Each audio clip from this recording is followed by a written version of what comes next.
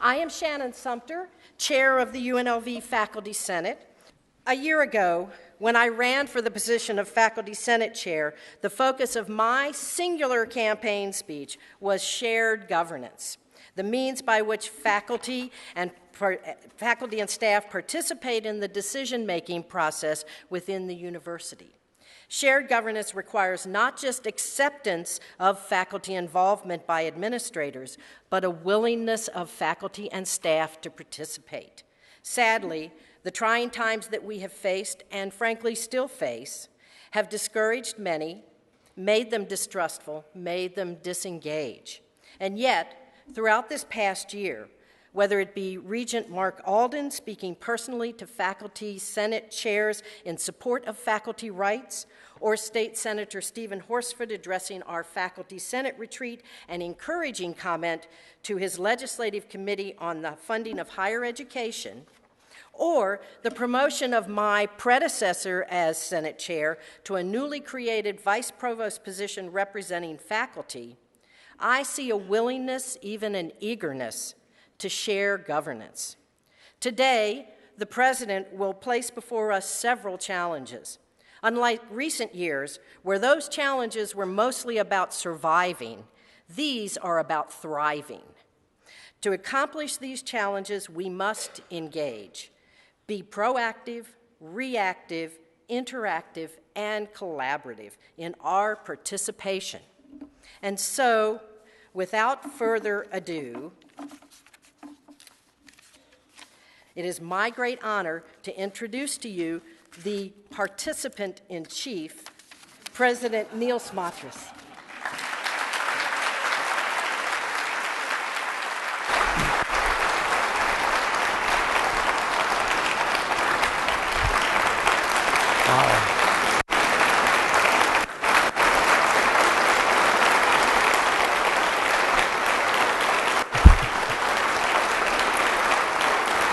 Thank you. Thank you all so much. And on that note, I feel like we should promptly adjourn. I have to say to all of you that if you were here on campus a couple days ago, you noted that there was quite a deluge, a flood. Students were rafting down the parking lot. I think a couple cars were as well. I saw a great wakeboarding video, although utterly unsanctioned by official powers. The floodwaters have receded, and it's a beautiful day. And perhaps this is a metaphor for the State of the Union, State of the University discussion that we're going to have today, because I do believe those floodwaters, the bad times of budget cuts, are past us. And it is now a time to dry out and to begin moving forward and to build our great university once again. And that is, in fact, such a delight. We're not out here for the first time in 4 years talking about cuts and survival. We're talking about how we're going to move this university forward. And that's what the State of the University is all about. A review of our accomplishments from the past year, and then a way of looking forward to what we have through our shared governance processes established as major goals for the upcoming year, with hopefully a couple little surprises along the way. So, I would like to get started and tell you that it would be inappropriate for me to start this State of the University address in any other way than by giving all of you an incredible thanks from the bottom of my heart. You saw the video, the thank you video. I think it's pretty clear that we live in a great community, that the people here care for each other, that the students feel nurtured, that our faculty are part of a community of staff, faculty, and even the greater community of Las Vegas that really looks to us for leadership and that looks to you for making great things happen for this university. So, what I need to say to you at the very beginning of this talk today, and a theme that will recur throughout our conversation, is UNLV faculty are absolutely the backbone of our community. And it is, in fact, your care and concern through incredibly challenging times over the past 4 years that has really gotten us through this. So let's start by saying to all of you who have been here for the past 4 years, who have witnessed the tough times, would you please stand up and let all of us thank you for the great work that you've done in keeping our university moving forward. Come on, stand up, all of you. Stand up.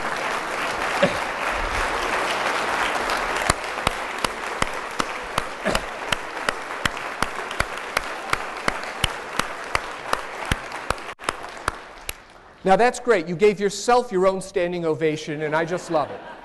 But, you know, this year, in addition to all of the wonderful people who have been here, we had an incredible hiring season.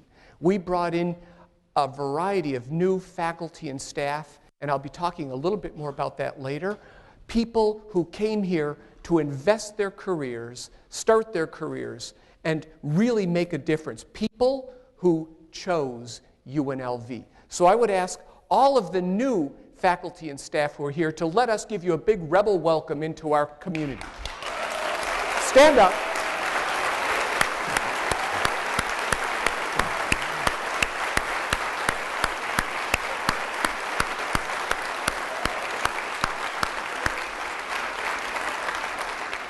We're so very happy that you've joined us, and we know that working with the team we have in place, we're going to all be proud here.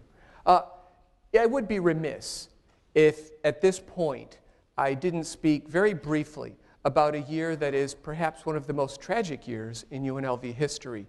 More of our wonderful pioneering faculty and staff and citizens passed in this past year than in any other time that I think any of us can remember. And so I want to take a moment right now to say, let's remember them, and let's honor them and reflect on the fact that these were the people who actually helped to build UNLV and make it is what it is today.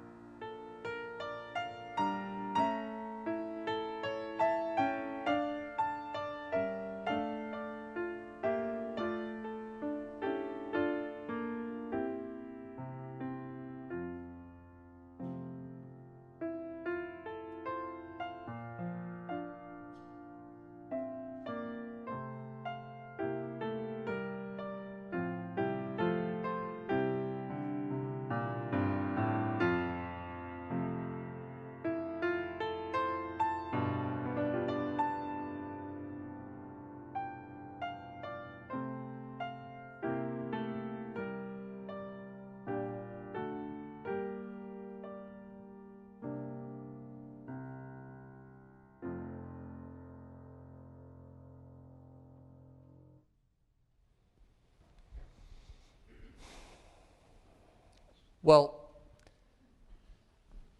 that was a somber moment, and I'm sure many of you in the audience remembered them, remembered what they brought to this university, and wonder how we can honor their legacy.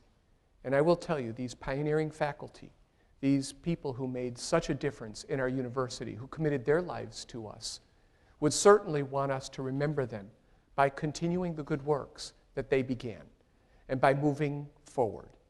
And that's what we're going to talk about today, moving our university forward and respecting and remembering their memories in a way that will help us, I believe, to build the best university we know how to build and the university that the state of Nevada needs.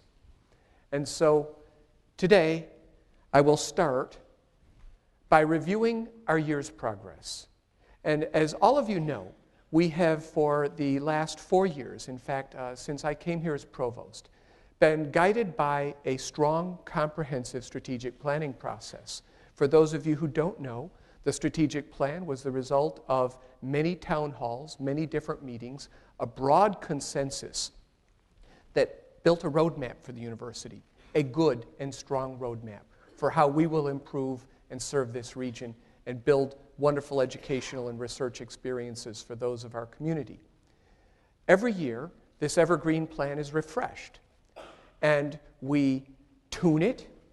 We develop a set of implementation strategies that are realistic based off the budgets and the hopes and dreams that we have, and we begin to push it forward through a series of implementation teams. There are 3 implementation teams, one for education, one for research, and one for infrastructure.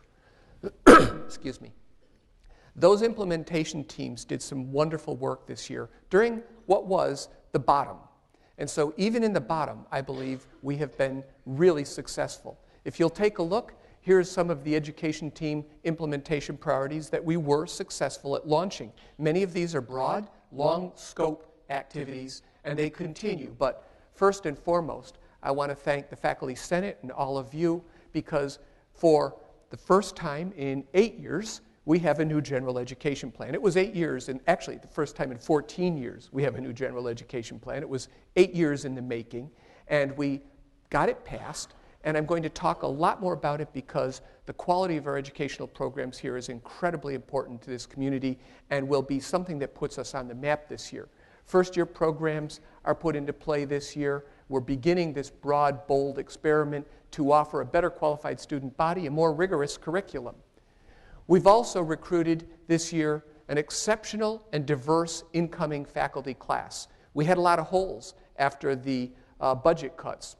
We knew that we needed to fill those holes, and it turned out it was a buyer's market. We got a great incoming class, probably the most diverse incoming class that I've seen. We added 78 new faculty this year, and I know that gives all of you hope in the future, and it's so wonderful to see us replenishing our ranks.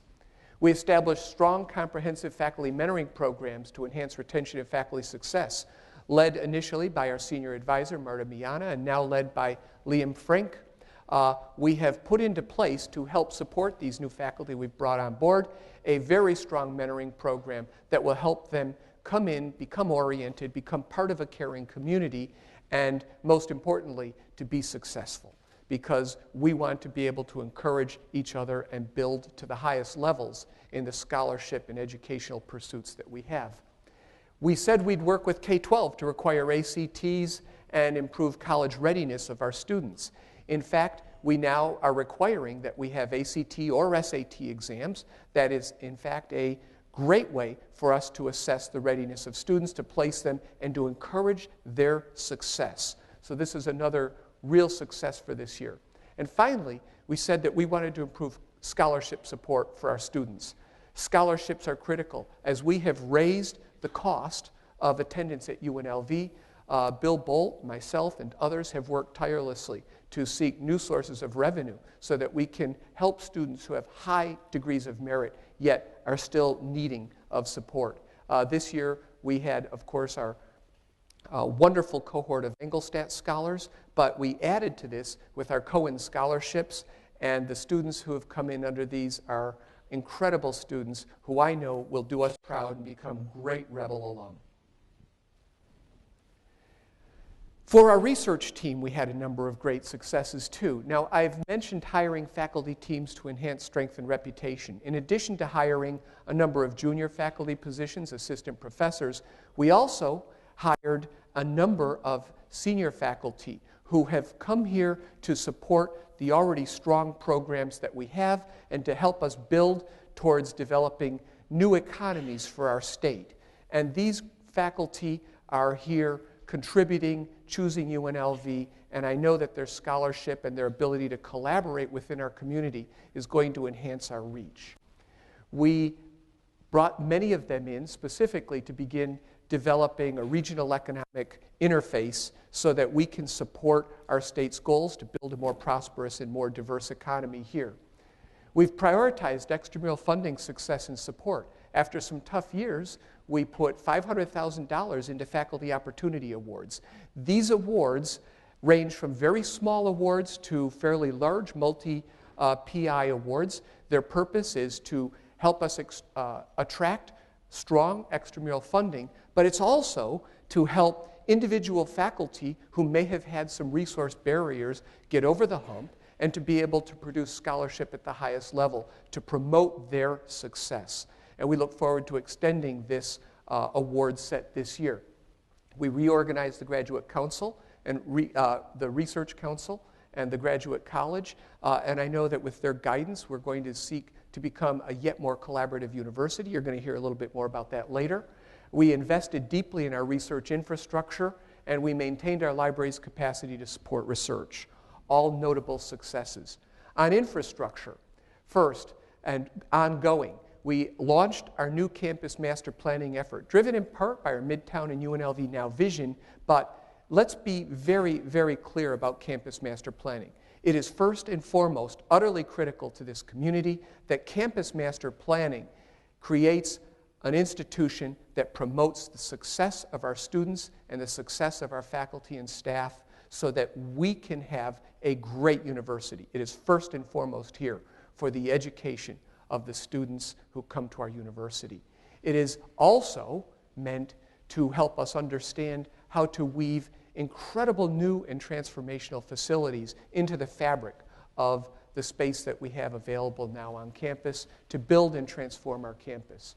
We said we'd enhance student housing. I have great news. Student housing occupancy is up this year, which creates a more vibrant campus community, and by next year we hope that we're filling our dorms and can look forward to building and establishing yet more residential opportunities for our students on campus. We said we'd improve the promotion and tenure process. This has been one of those multi-year things. In fact, the amount of feedback that assistant professors are getting is better than it's been in the past. It is accurate feedback, and occasionally it's tough love to make sure that they know what they have to do to be successful, to be promoted, and to gain tenure. Along with that, again, we've established our faculty mentoring programs, which is another adjunct to promoting the success of promotion and tenure, particularly of junior faculty, but will work as we grow and evolve from helping mentor junior faculty into mentoring more senior faculty and then developing leadership for this university. So this is an evolving program that I think is going to be really healthy for us. We enhanced student support and customer service. We added 8, actually the number is 9, new advisor positions last year and a host of new student support positions. We're here to support our students' success. Advising is critical.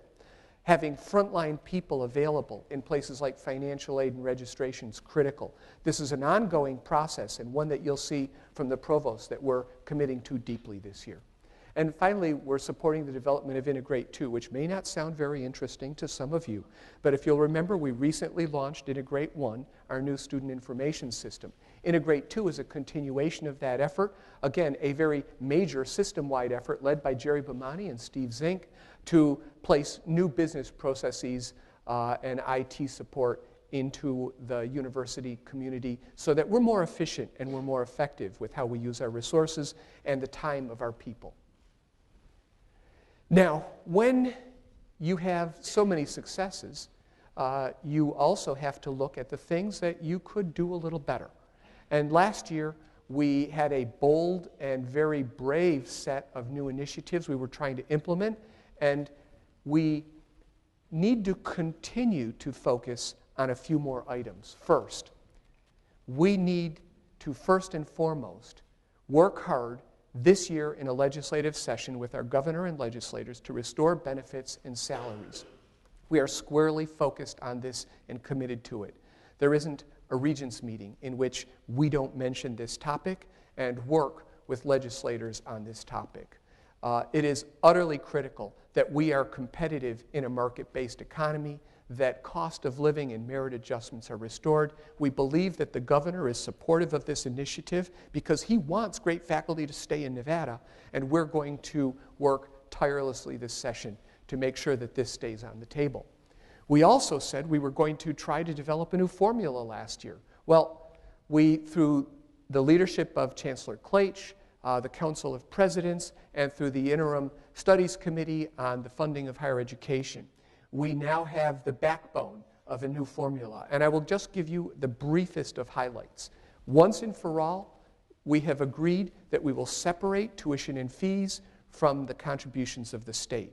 This works well for UNLV, and it allows funds that are raised on our campus to be invested here so that our students can be confident that funds that they contribute to the university are invested back into their educational programs. It also, for the first time, rights a historic wrong. Our funding formula has been deeply inequitable. The new funding formula establishes close equity between research institutions and our community colleges, and I will tell you, is a far cry better than what we have had in the past. I strongly support this. We're not over the finish line yet. We will have to work with our legislators very, very hard to keep this moving forward, but it is a top priority that we will continue this year. 3 years ago, during some of the darkest times that this university had experienced, this campus pulled together in a way that I have never seen on any other campus before. We faced our decanal accreditation visit. This was a difficult visit. Yet, when they came here, they saw a campus that was resolved to improve, a campus committed to bold new programs, a campus that was doing what it needed to do through tough times to put itself onto a strong foundation to build for the future. And we got one of the best accreditation reviews I have ever seen in my academic life. I was so proud. That was one of the great shining moments of our university. In the new world of accreditation, we will be visited every 3 years. I know you can hardly wait. But what is important about this accreditation visit is that it takes the strategic plans and visions that we have been working on for the past few years, and it embeds them into the new accreditation program. And I believe, once again, we will have a chance to shine and to gain national attention through accreditation. And I hope that we'll pull together this year for our spring visit in the same way that we have in the past. We continue to pursue the UNLV Now vision. You're going to hear a little bit more about that later, but this is an exciting program that will undoubtedly transform our university and put us in the same sentences with the top-ranked national research universities around the country. We said we'd improve our IT infrastructure and integrate too. We're working on an IT master plan. We're making some bold changes this year.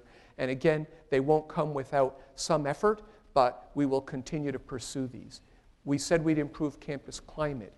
One of the things that is a recurring theme this year is that our community has worked so well together, but we have a ways to go.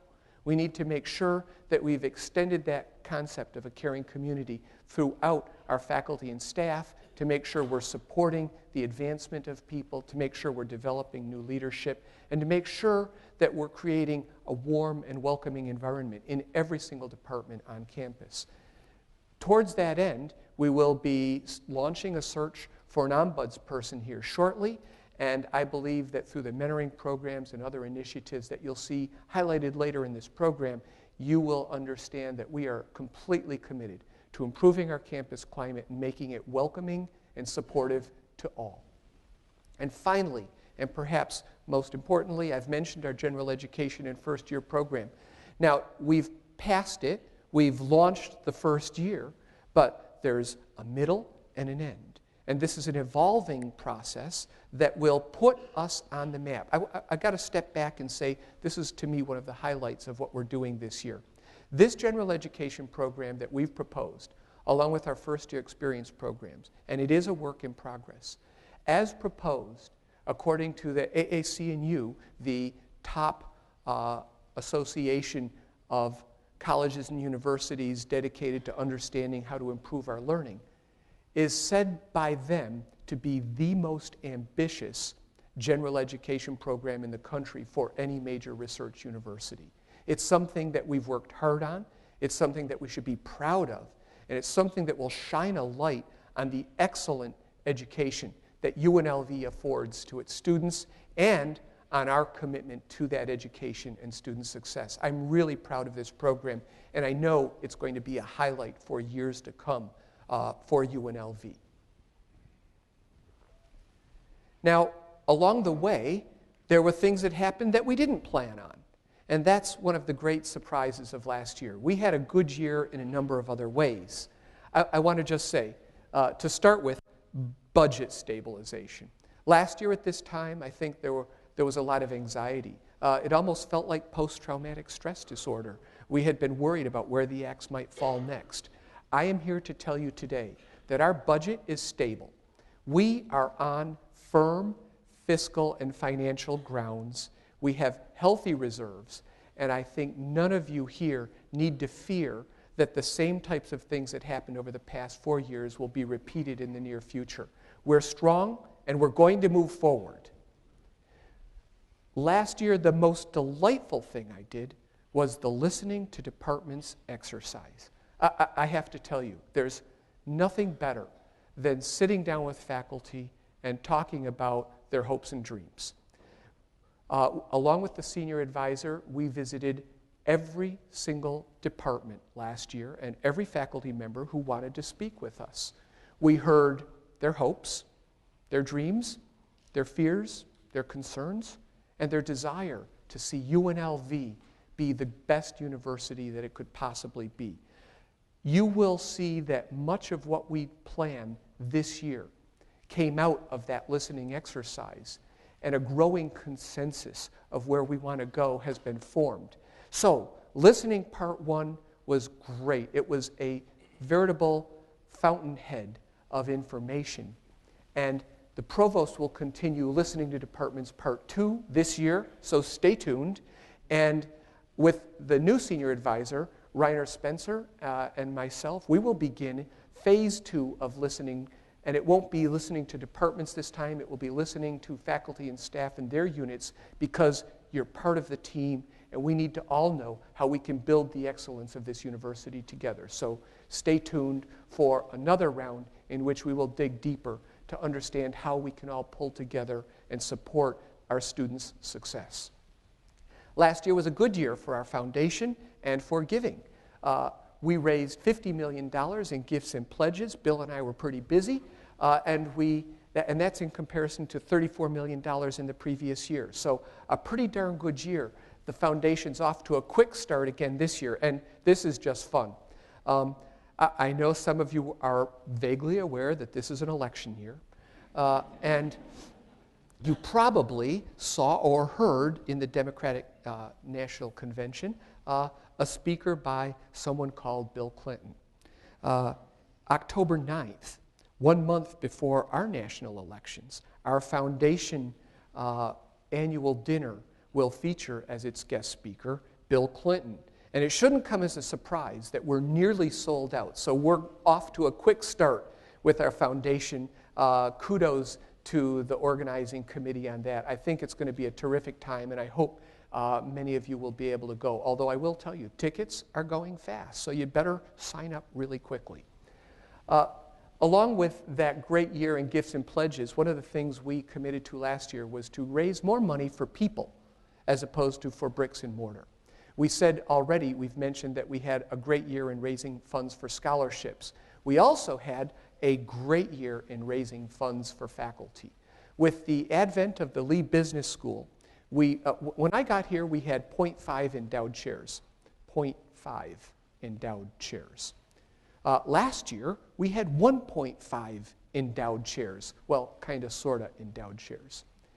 After we received the very generous gift from the Lee family last year for naming the Lee Business School, we can now say we have 11.5 genuinely endowed chairs for our university. So I'm going to mark this as a 1,000% increase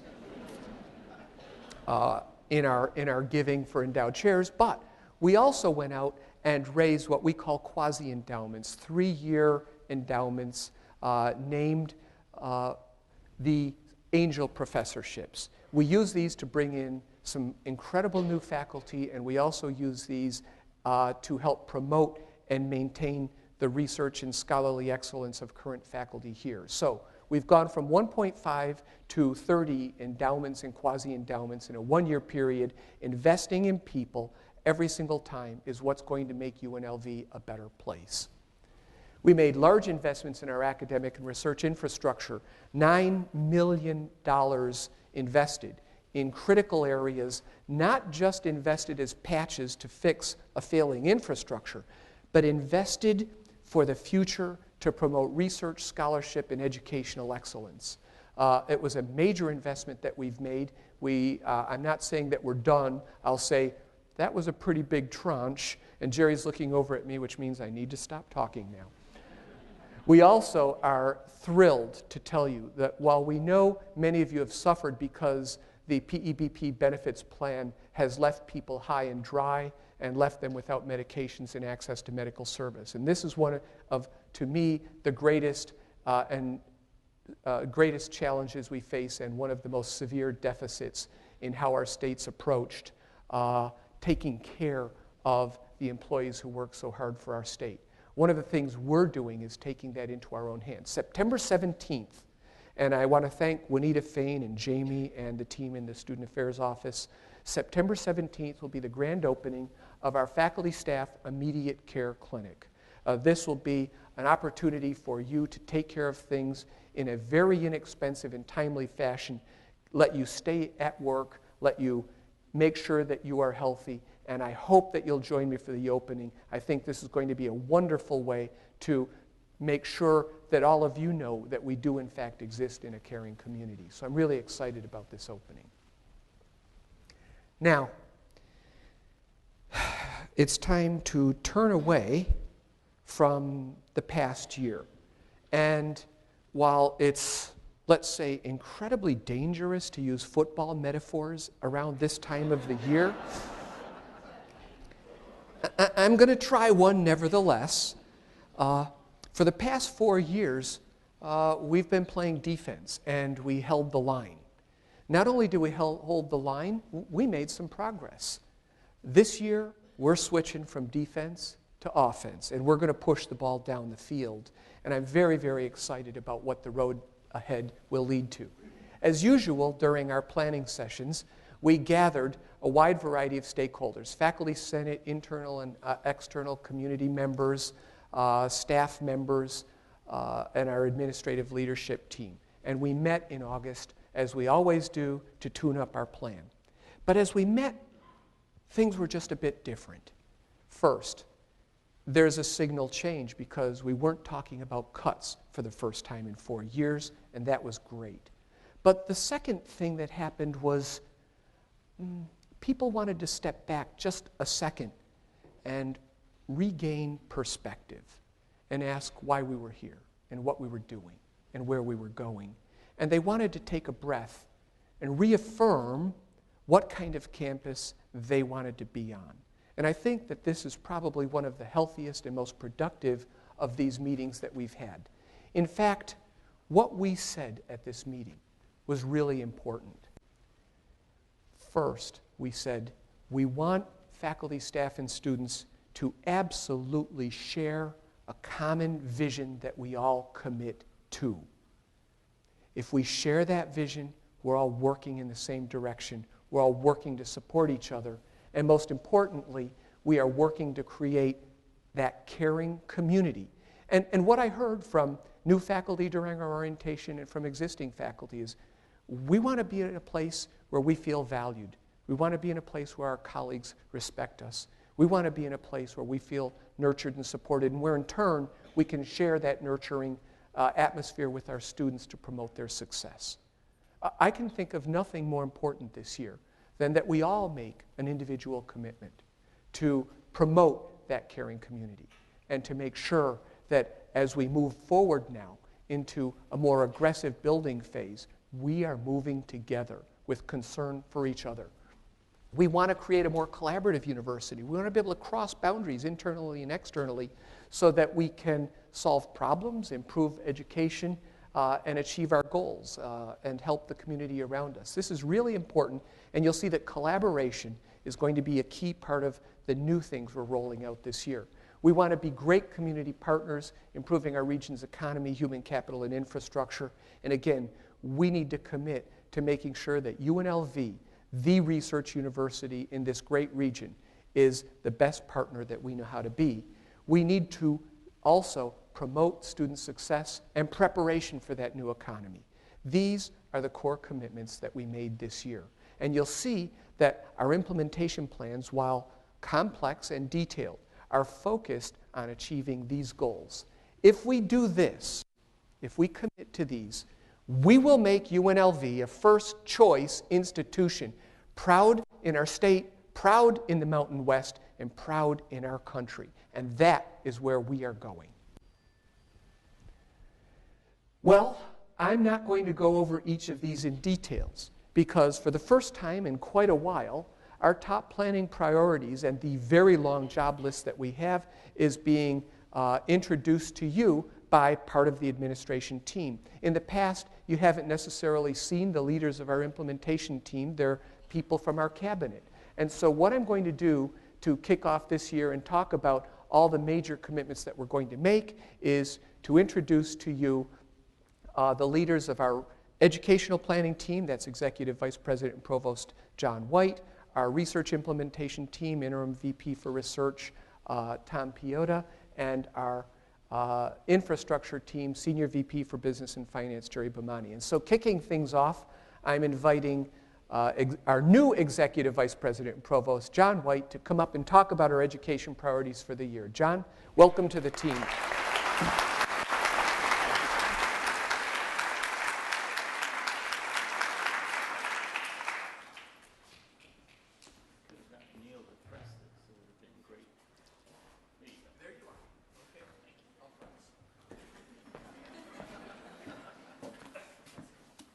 You'll see that our priorities here are divided into several groups, and I want to focus on the groups more than anything else. We have a couple of required items. As Neil mentioned, in April, our accreditation visit will take place. We are actively working on getting that together, and you'll be hearing very shortly from us about the upcoming report for your review and input.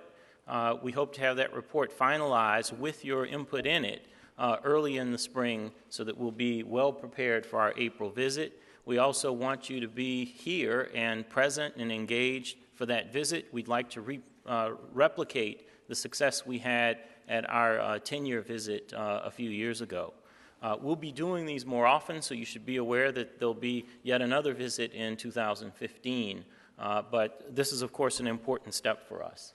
In addition to that, there are two items that are reflected here that represent campus-wide efforts. One is our general education implementation. The construction of our general education plan was a campus-wide effort, and as the President has noted, with great success. But the implementation is every bit as important. Ours is a vertical general education curriculum. We have the first-year experience live as we speak. So we now need to work on the second-year experience and to talk more about the upper division experiences. Similarly, this is a year that we have to start to think actively and across the campus about disruptive technologies and e-learning and what they do to what we are engaged in, the educational process.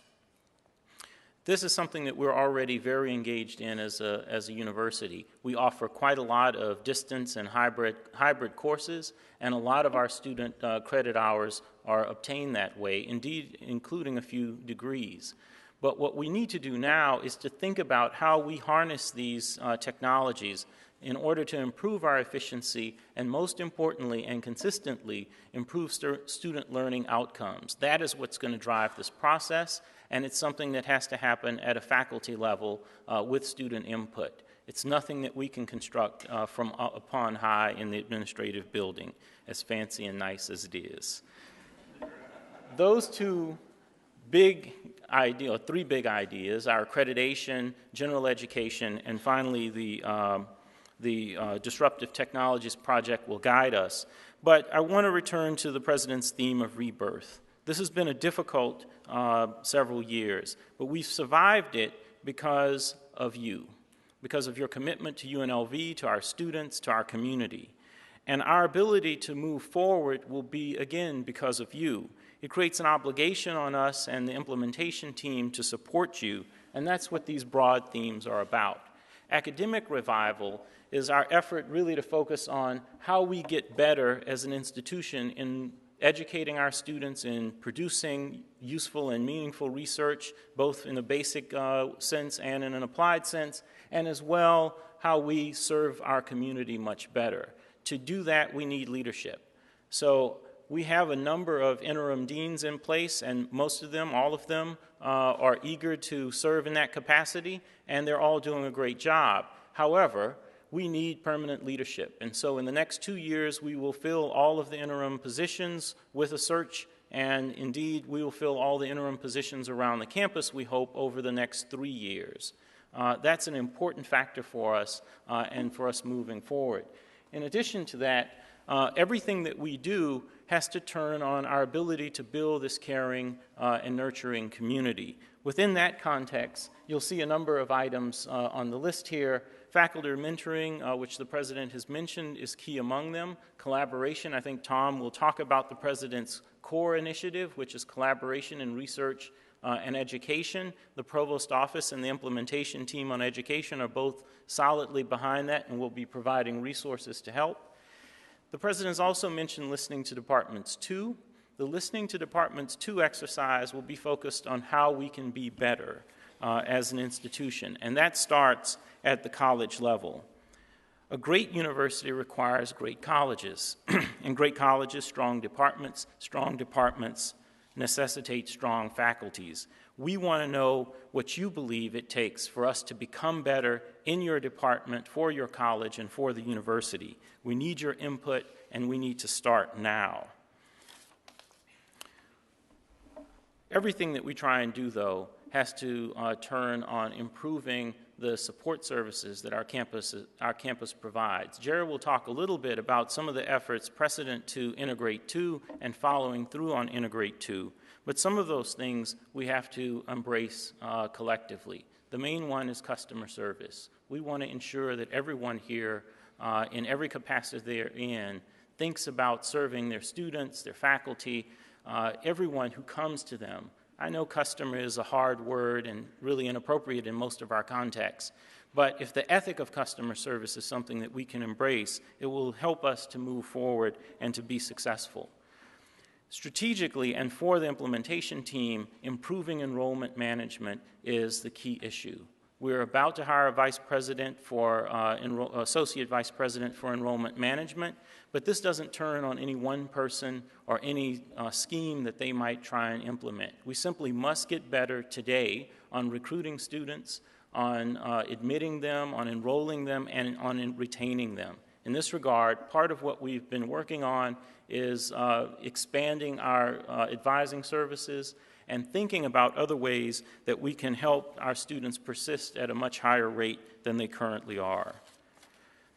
Our campus also needs to be a campus that is supportive and where we deal with one another in a professional manner. We'll be thinking about how to improve that after years of tough times when we may have tended to cabin ourselves a little bit to try and protect ourselves from these terrible cuts that we faced.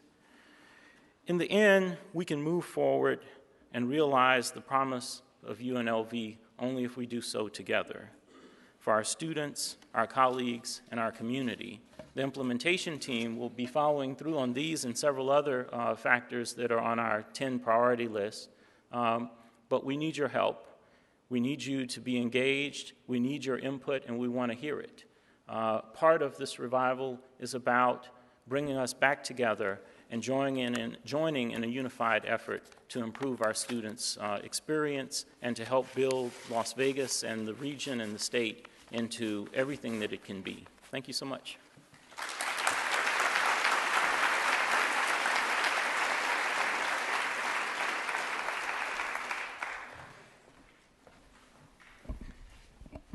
Good morning, Jerry Pomati, and I'm going to talk a little bit about the infrastructure priorities, and I'm going to try to go fairly quickly because we're running a little short on time here. Let me go through these very quickly. Neil mentioned some of these, PEBP and healthcare. we are totally unsatisfied with the health care program that we can offer to our employees. And so we're committed to bringing forward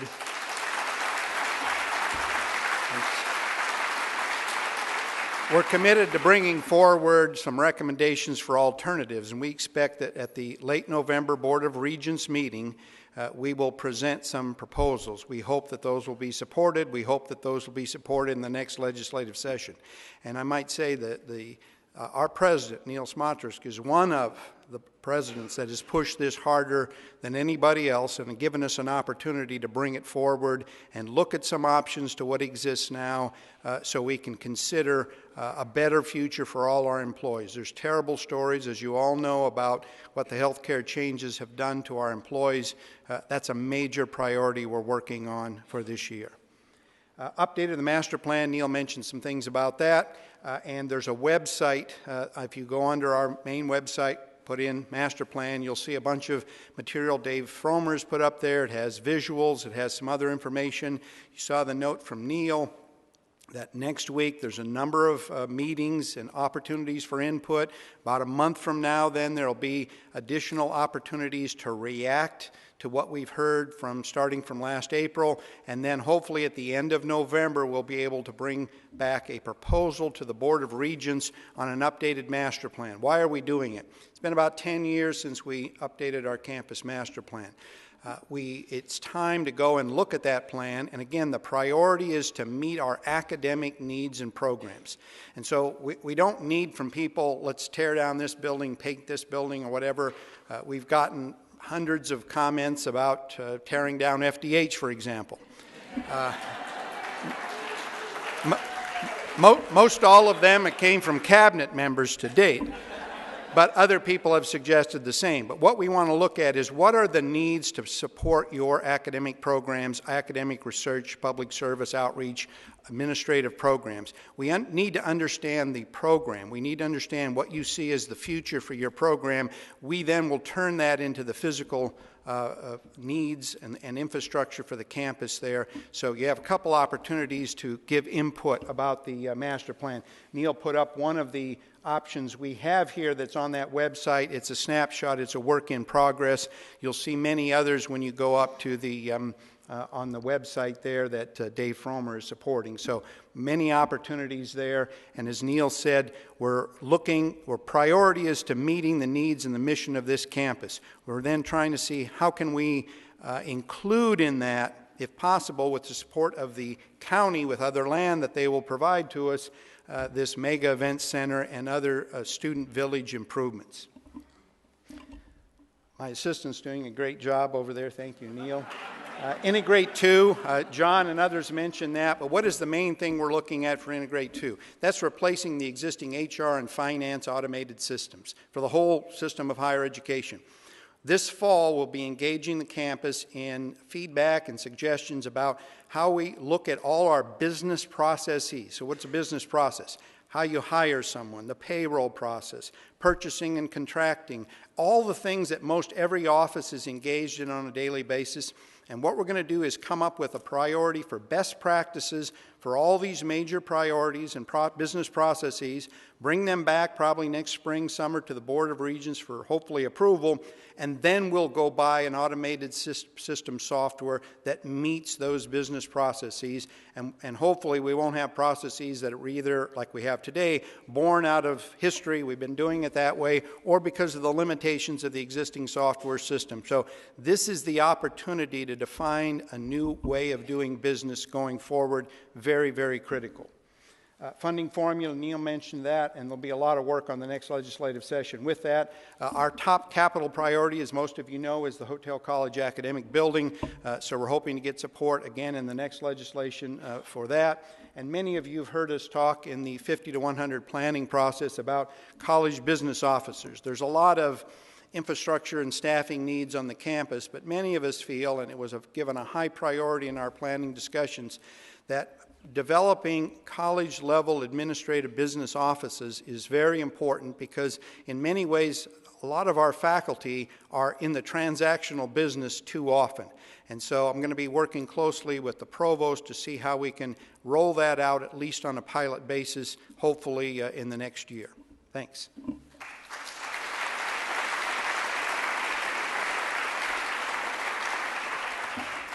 And I'm Tom Pihota, and I'll be talking about some of the research priorities. And I think we all recognize there's a lot of research priorities, and we could probably have a really long list there. But I want to maybe highlight some of the really exciting ones there. And I would say the top one there is probably the most exciting one that you've heard some mention of already. CORE stands for Collaborative Research and Education. And this is something that's grown out of what the President mentioned before, out of listening to departments exercise, that he's heard faculty want something. We want to create a collaborative environment on campus.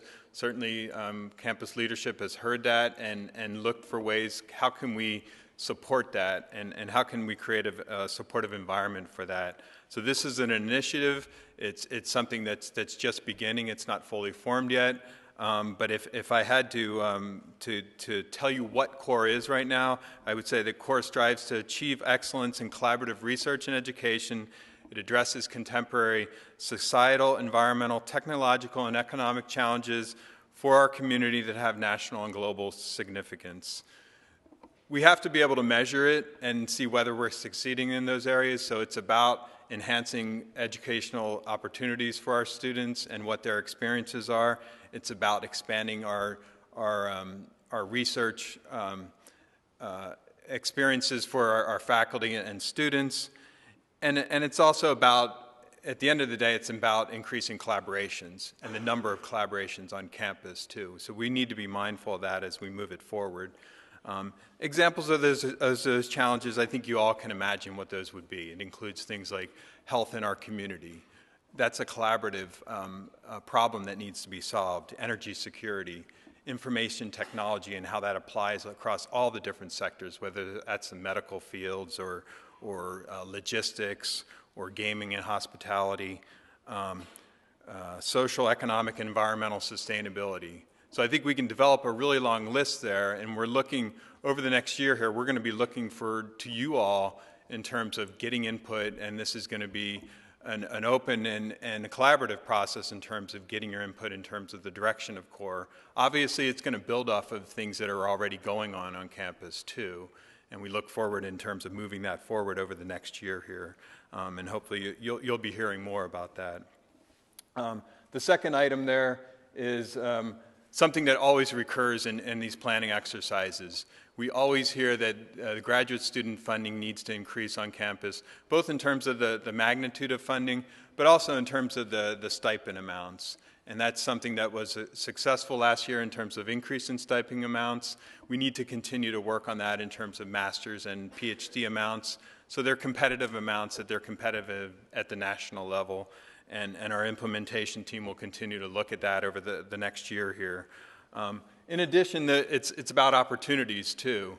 Opportunities, fellowship opportunities that address workforce needs in our community, because there are a lot of workforce needs that tie to economic development in the community, but also about addressing diversity issues in the community too, and fellowships that address those. I touched some on competitive grant funding, but certainly great research universities and first choice universities certainly rely on competitive grant funding, and we have to look for ways to enhance that. The President talked about our Faculty Opportunity Awards program. We're going to look to continue that this next year, and that's about seeding efforts with what faculty are doing and how that can help them write more competitive grants. Certainly CORE, if it's successful, will help collaborative grants and increase kind of how we can be competitive at a national level in collaborative grants. So we hope we can increase competitive grant funding with different initiatives on campus. And then the last two items there, technology transfer and economic development. I think you're hearing a lot about that, and certainly we're privileged to, and thank you, Steve Hill, for being here from the Office of Economic Development. It's really important for us to tie what the university is doing with economic development in the state, and we recently started up our Office of Economic Development. It's about helping bring the intellectual property that's being developed on campus and bringing that forward, whether that's for developing patents, licensing, commercialization, and startup companies. So we have that support structure in place now to support that, and we look forward over the next year here and into the future in terms of faculty kind of bringing that intellectual property forward, because we've had some great interest in the last months here in terms of people bringing that forward now. But it's also about tying as I said, it's about tying our mission to economic development and the workforce needs of the community.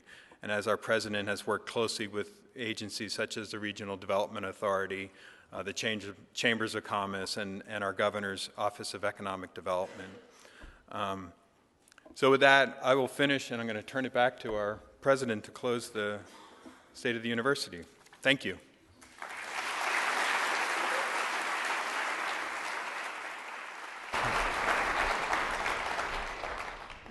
Well, keying off the last 2 points that Tom made, it's clear that UNLV is going to be an engine of the economy here in Las Vegas and in Nevada, and it's clear that we need to up our game. And I know Steve Hill has had conversations with us. We meet monthly, if not more, and we are very attuned to the governor's initiatives through AB 449 to establish much more competitive economic clusters. But one of the things that's kind of gored my ox for a while, not you, Steve, is that our state traditionally views the university and the higher education of our citizens as a cost. Now, I know that's not a view that Steve Hill shares, because we look at what we do for the workforce. We look at what we do for the economy. We look at how we are helping to grow and attract new industries. We look at our students building small startups. But there's more than that. And so, okay, this is a little bit painful. Every once in a while, I have to admit that I'm wrong. Actually, when Debbie's around, I have to admit I'm wrong more often than not. But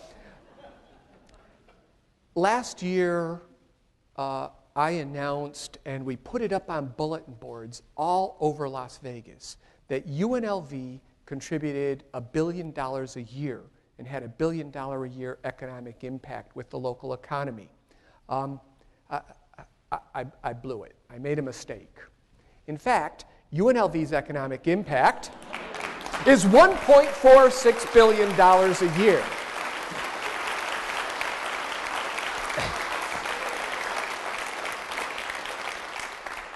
And just today, we released this report, which is out of our own Center for Business and Economic Research, done with the most rigorous methodologies.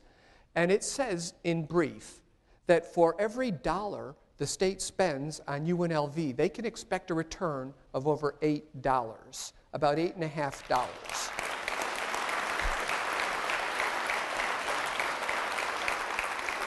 That our university contributes $913 million of direct spending into our state economy. That's an amazing number. That if you take a look at that plus the dollars as they're respent, the so-called economic multipliers, you arrive at this number. But if you dig a little deeper through this report, and it's a great report and one that is being announced today for the first time, you will see not only are we helping through the dollars we spend, but we are helping through our commitments to produce a superior workforce. And here's another tidbit that just makes me happy. Last year, we handed out our 100,000th degree because a lot of UNLV students come back and get graduate degrees or second degrees. This year, we will be handing out our 100,000th alumni's diploma. And I know Sandra should be very, very happy about that.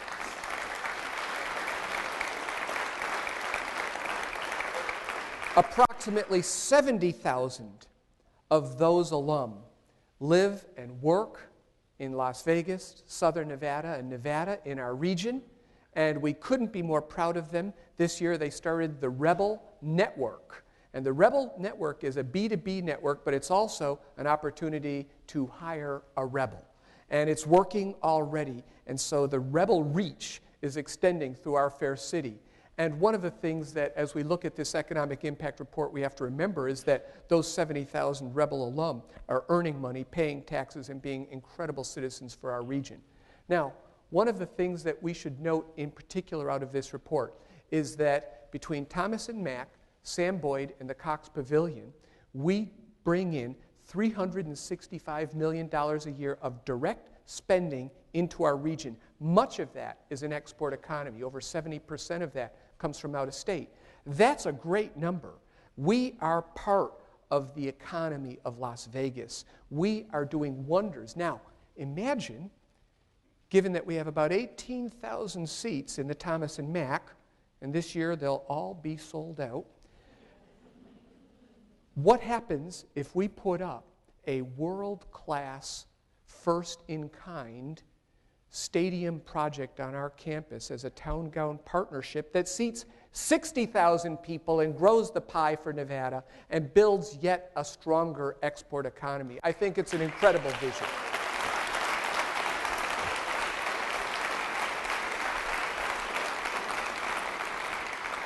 So, Steve Hill, our governor and our legislators, I submit to you that UNLV is not a cost, UNLV is an investment, and you should start investing deeply now, before it's too late.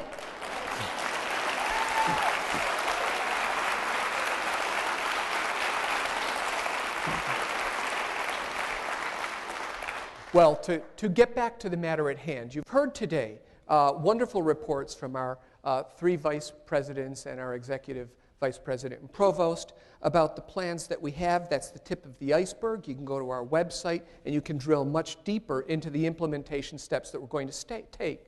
But there are three overarching and recurring themes that I think are important as a take-home for all of you. First and foremost, we all want to be part of a caring community. We want to support each other. We want a great campus. We want a great campus climate, and we want our students to love UNLV and feel that their success has been promoted here. Our top value. But we have a few others. We want to continue to improve the educational support for our students and our education programs. We believe this puts us on the map, will keep us on the map, and will establish UNLV as one of the leading higher education institutions in the country. We want to make sure that collaboration is a hallmark of our institution and that the core activity is a core value in which we can extend the reach of individual PIs because we know that working together we're more powerful than we are working apart, and we want to make sure that we're contributing to our region, that we're part of the economic success story that is Las Vegas and is Nevada. And those are key. If we then turn to you and say, with all of this, none of what you've heard could be possible without the efforts of all of you. And we don't just make this up out of our heads. We don't just drop a list of things from random cards that we pick from a deck. This is your vision. If we are going to achieve the greatness that we all believe is in store for UNLV, then it will take all of you to be committed to that vision. You define the quality of this institution through what you bring every single day, through your caring, through your educational activities, through your scholarship, through your support of each other. You define the quality of the institution. It can be no greater than your individual contributions. You also determine what UNLV will become. And this is important. You have to believe. If you believe, then UNLV will go on to be the great institution we want it to be. And I need your help. We all need to help each other. Develop plans in your units. Own these plans. And in turn, please inspire and encourage everyone around you to own the vision and to work hard towards implementing our plans. Because when we do that, we will be great. Now, I have a video to show you in closing that I think you're really going to enjoy about how other people believe in UNLV.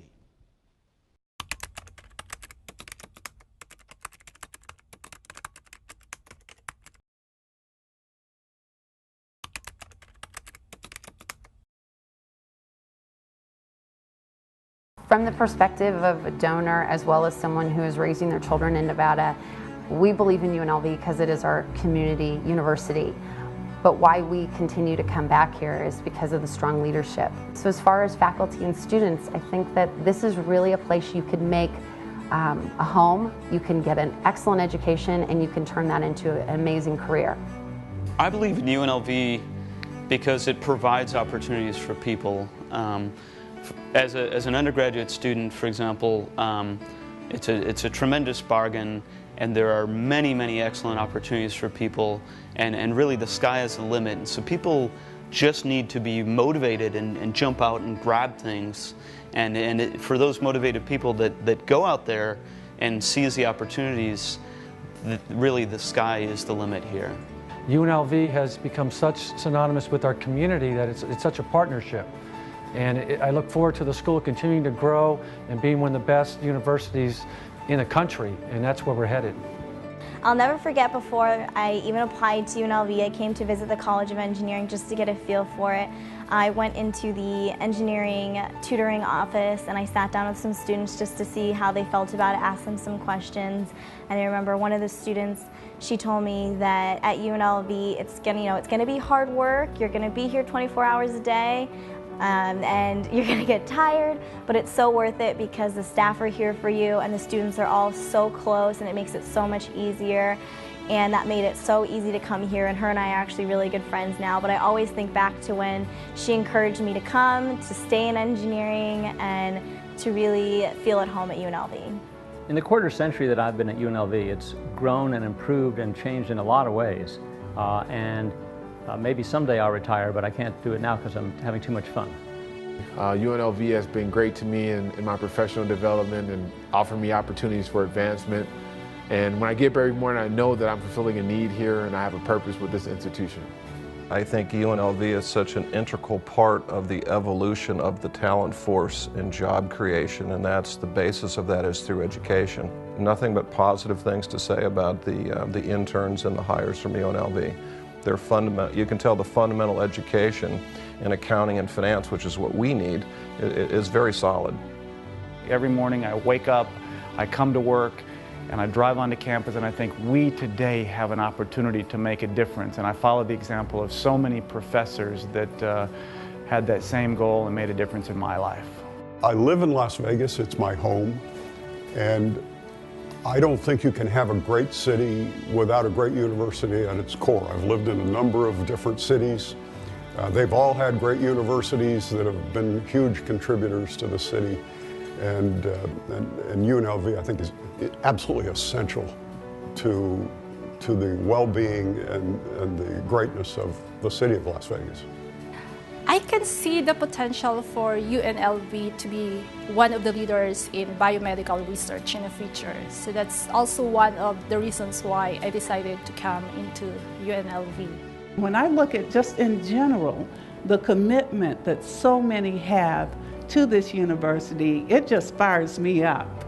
And it really makes me serious about contributing back to an excellent organization that's done so much. So Brookings scholars really enjoy coming out and working with faculty from departments that would normally come across their radar screen, whether it's the law school or the Greenspun School of Urban Affairs. But then also getting to work with faculties from programs that are world-class in spheres that we're not used to seeing in Washington, like the hotel school or the School of Gaming. That's exciting for us because we're learning about new fields that are marketing global businesses to the rest of the world from right here in Las Vegas. Because there's no university in the United States of America who has built what UNLV built and this community built in the time in which it's been here. There's no place in the country that can make that claim. And that's why I used to say when I was at UNLV, no one ever became number one thinking they were number two. So I believe that we're always number one.